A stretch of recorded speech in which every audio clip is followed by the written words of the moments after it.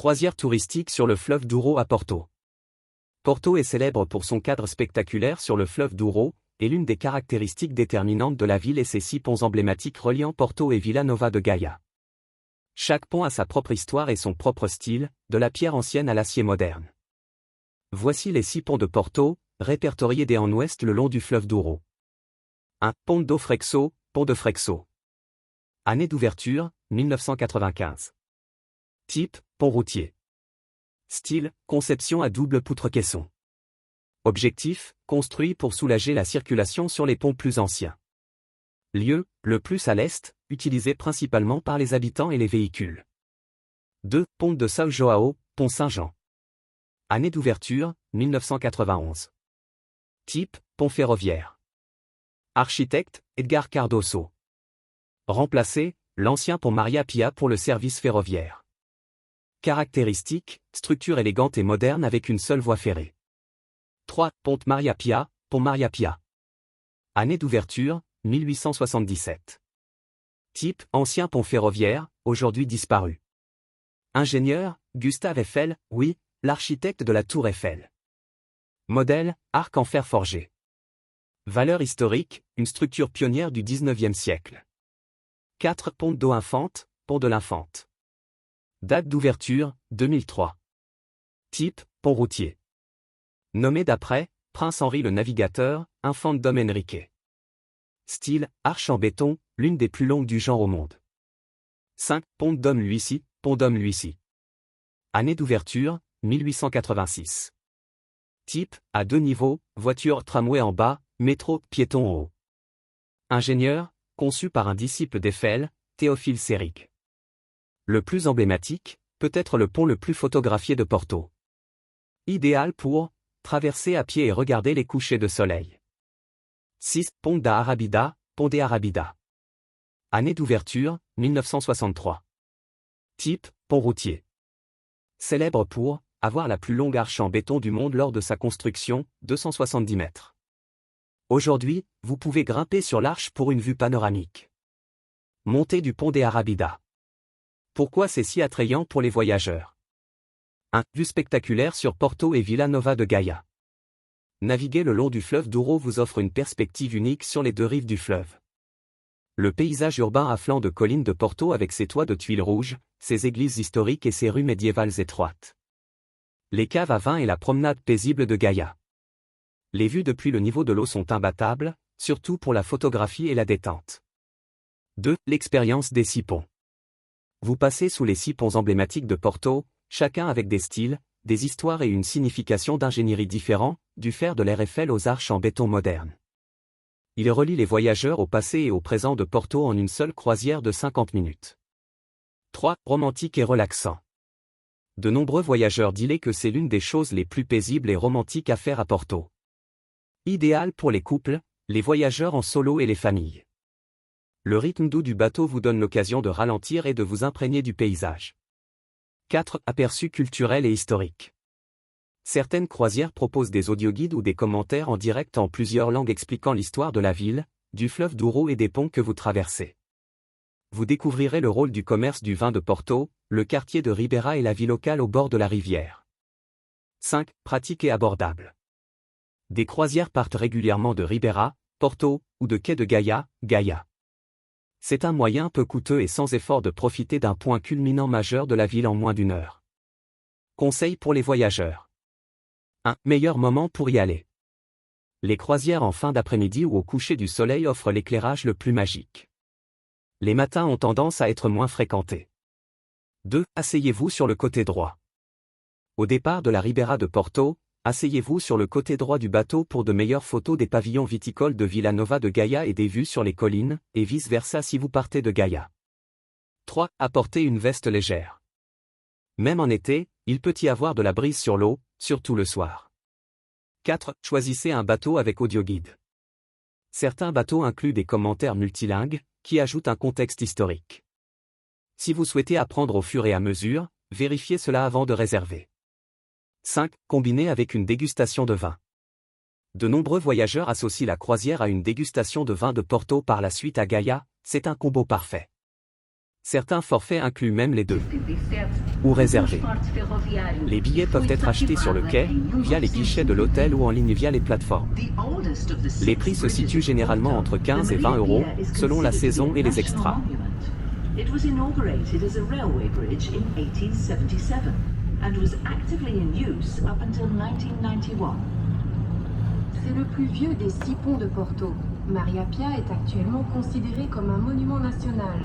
Il a été inauguré en 1877 pour le transport ferroviaire et il n'est plus utilisé depuis 1991.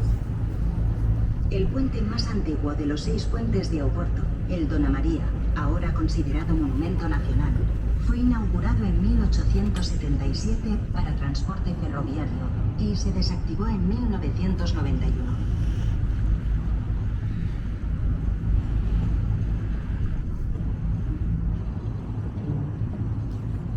À nossa frente temos a ponte de São João. Esta ponte ferroviária veio substituir a ponte Dona Maria Pia. Foi inaugurada no dia de São João, o santo popular da cidade, no dia 24 de junho de 1981. Ahead of us now is the São João or St. John Bridge, a railway bridge which replaced the Maria Pia Bridge. It was inaugurated on St. John's Day, the 24th of June, 1991. St. John is the patron saint of Oporto. En face se trouve le pont de São João. Ce pont ferroviaire est venu remplacer le pont Maria Pia. Il a été inauguré le jour de la Saint-Jean, São João en portugais, le saint patron de la ville, le 24 juin 1991. Al frente tenemos el puente de São João. Este puente ferroviario vino a sustituir al puente Dona Maria Pia. Fue inaugurado en el día de San Juan, São João en portugués, el patrono de la ciudad, en el día 24 de junio de 1991.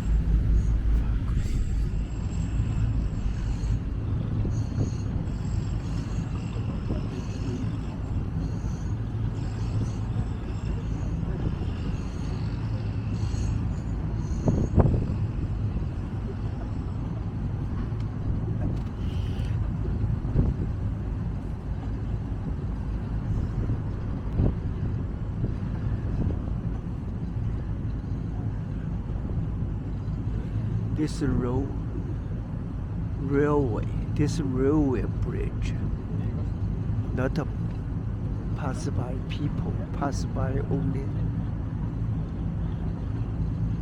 train, called the railway bridge.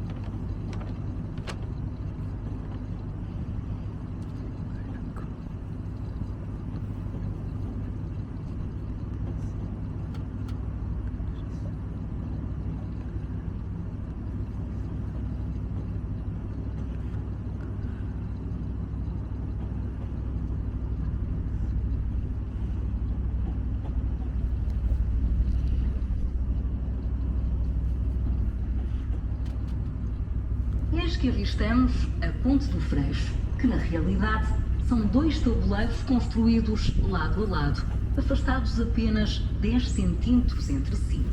Nascida em 1995, para dar resposta ao aumento de tráfego rodoviário, a Ponte do Freixo serve a zona mais periférica da cidade. From here we can see the Freixo Bridge, which is actually 2 bridges built side by side with only 10 centimeters between them.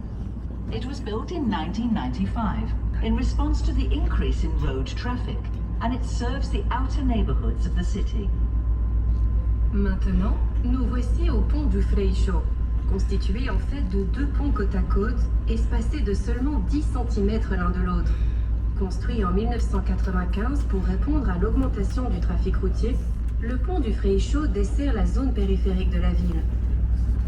Y en este punto divisamos el puente du Freixo, que en realidad son 2 tableros construidos lado a lado, alejados solamente 10 centímetros entre sí.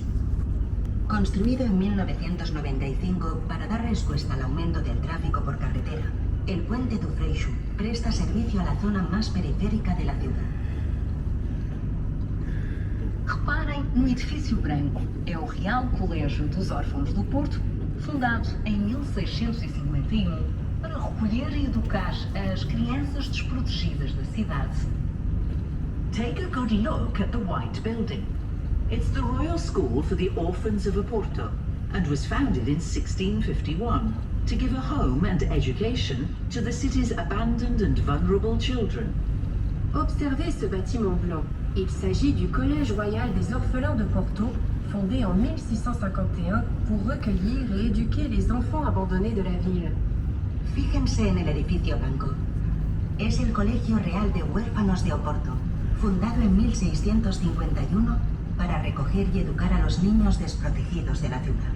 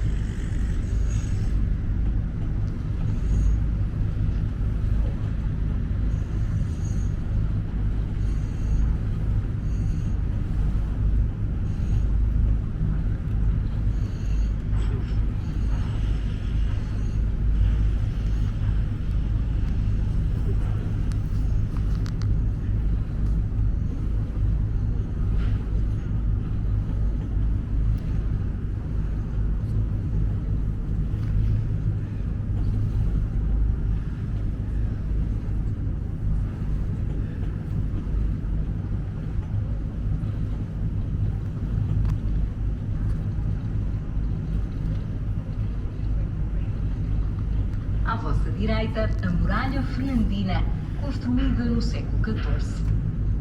To the right, we can see the Fernandina Wall, which was constructed in the 14th century. À votre droite, la muraille fernandina, construite au XIVe siècle. A la derecha, la muralla fernandina construida en el siglo XIV. Junto a esta fortificação, podemos encontrar o funicular dos Guindais, também ele um elemento histórico construído no século XIX. Esteve desativado mais de um século e foi recuperado no início do século XXI. Right next to it is the Guindais Funicular Railway, a historic monument in its own right, which was built in the 19th century. It fell into disuse for over a century and was restored at the beginning of the 21st century.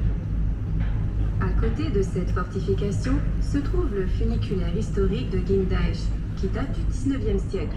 Il a cessé de fonctionner pendant plus d'un siècle avant d'être réhabilité au début du 21e siècle. Junto a esta fortificación podemos encontrar el funicular de Guindaix, También un elemento histórico construido en el siglo XIX. Estuvo desactivado más de un siglo y fue recuperado al inicio del siglo XXI. Na margem esquerda, bem no topo, destaca-se o mosteiro da Serra do Pilar. On the left bank of the river, way up high, the monastery of the Serra do Pilar stands out. En haut, sur la rive gauche, se dresse le monastère de la Serra do Pilar. En la orilla derecha, bien arriba, sobresale el monasterio de la Sierra del Pilar.